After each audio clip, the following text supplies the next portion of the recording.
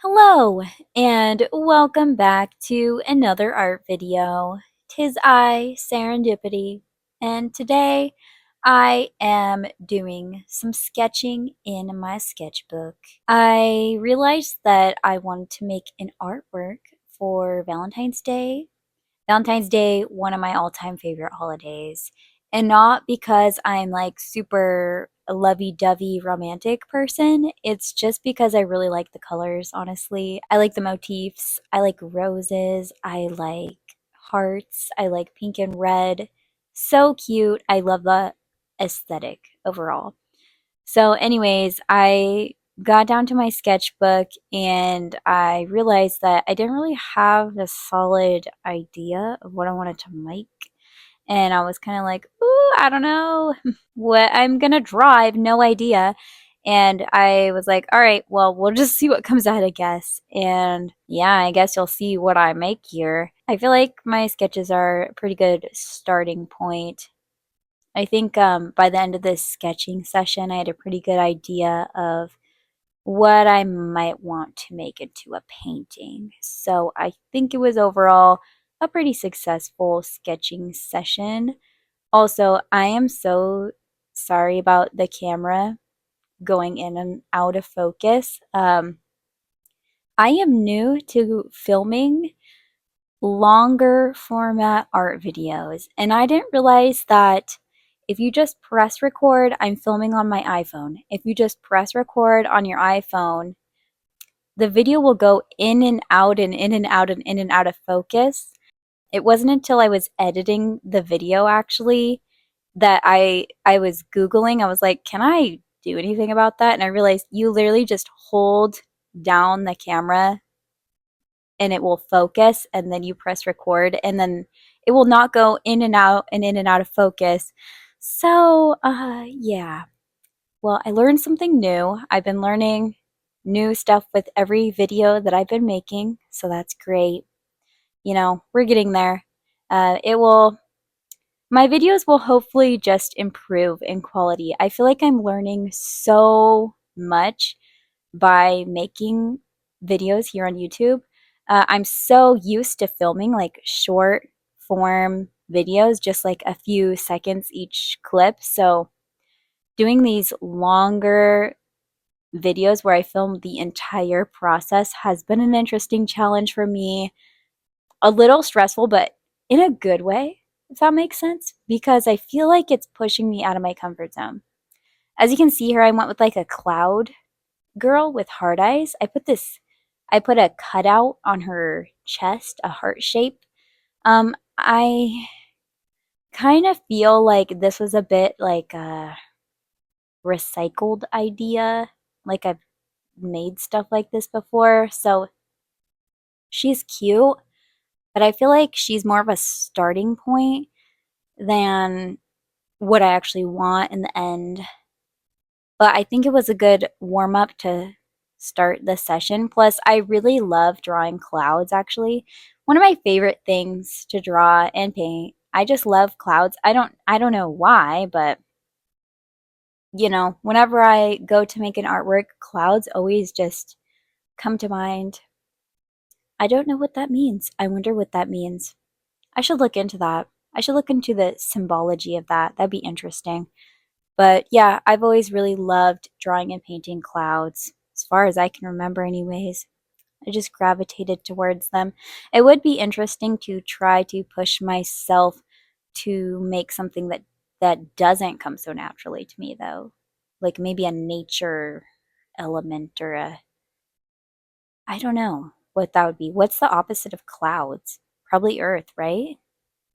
I don't know, but I do draw trees, I think. Yeah, sometimes. Yeah. Well, anyways, I move on to another girl here. You can see I'm just sketching in my guidelines. But yeah, I think I'm getting more comfortable with making videos here for YouTube. It's definitely been a learning process. I'm really excited to be here though, honestly. And I think even with TikTok, I think actually shutting down. That's what I heard anyways. I don't know if that's actually true.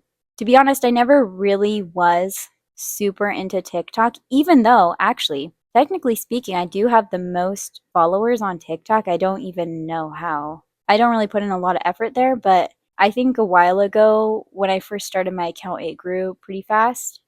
But I kind of found that I don't just love the community on there. Obviously, there is some good people that have found me on there, but I think maybe it's just because I don't love TikTok as much. I'm not a person that uses it very much. I go on there maybe once every few months. I'll go on there and I'll upload my videos and then I'll leave. And then every once in a few months I will watch a few videos, and I don't usually love when I'm watching on there. I kind of don't love short form content, which I think is so funny because what was I making for the last few years was short form videos. I don't know. I think I just really didn't take time to sit down and think about what I was doing until just now. And I realized that I love long videos. That's what I watch. I like to listen to a human talk, and I like that feeling of connection. And I want to cultivate that more here on my channel and with my art, and just get to know you guys and actually get to connect with you guys. Something about a short form video, just you can't connect with somebody that fast. You can't, it feels like speed dating or something, you know? Like it's like, "Hi, hello, nice to meet you. Okay, bye." It's like you're just going to forget the video. You're going to forget the artist. I'm not saying that it's useless, and I will probably still make some short form content, but I think the meaningful content that I make will be here on YouTube, because I think this is where I need to be right now. This is where I feel called to be. I've always wanted, I started this channel like quite a few years ago. I think like 8 years ago is my oldest upload. It's privated.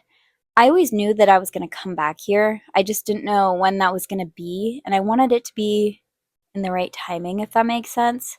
It just didn't feel like the right time. I tried a few times and it just never really stuck. For some reason, this time it's feeling a lot different to me, and I think it's because I am a lot different. I think that doing what I was doing before on Instagram and TikTok definitely helped me grow, and it taught me stuff. And sometimes you need to just go do something to learn that it's not for you, you know? And I feel like that's what I did. I feel like that's what I did. But I learned a lot, and I feel like if I can cultivate a community there, I can cultivate a community here. And I really hope to meet some more like-minded people and art-minded people, because being an artist can be kind of lonely. And I also have been considering doing live streaming here.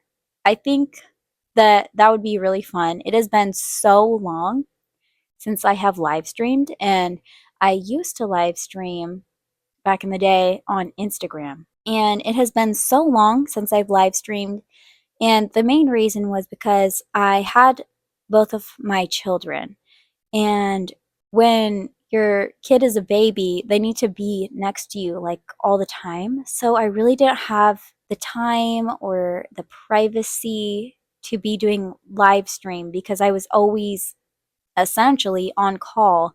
But now that my kids are a bit older and more self sufficient, I think that after they go to bed at night, and um, my art room is in a more private place now, I think that logistically it would be possible for me to live stream at night. It would have to be past 8 p.m. Pacific Standard Time. So I'm not sure what time zone you are in. Hopefully, you would be able to join my live streams, because I realize that my art does take a long time to make, and I want to be really active here on YouTube. And I think that the way that I could do that is by live streaming while I'm like in the process of making an artwork, because I only finish so many artworks in a month, and I don't want to be posting super infrequently because I really want to solidify a community here. I really want to prioritize growing on here. And I think it's where I need to be. So I've been thinking about how logistically I can do that. And I think by just being more active, even this video here, I'm like, this one didn't take me long to make because I can sketch pretty fast. So I can do more sketching videos, but I don't want my whole page to just be sketching because that's not mainly what I do. This is mainly just to get my ideas down. But you could see that demon girl that I drew. I do actually really like her. She's a callback to an old demon girl artwork that I made, like, I think in 2019 or 2018. But I might switch the pose a little bit, maybe add some other elements to her. I don't know. I don't know. That's what was calling to me when I was done sketching. I was looking at it and I was like, ooh, maybe I want to paint her. I don't know. We'll see what I actually end up doing because I feel like a lot of times I can change my mind last minute, or, maybe whatever I'm working on, I'm just like, I'm not feeling that today. So I go when I work on something else.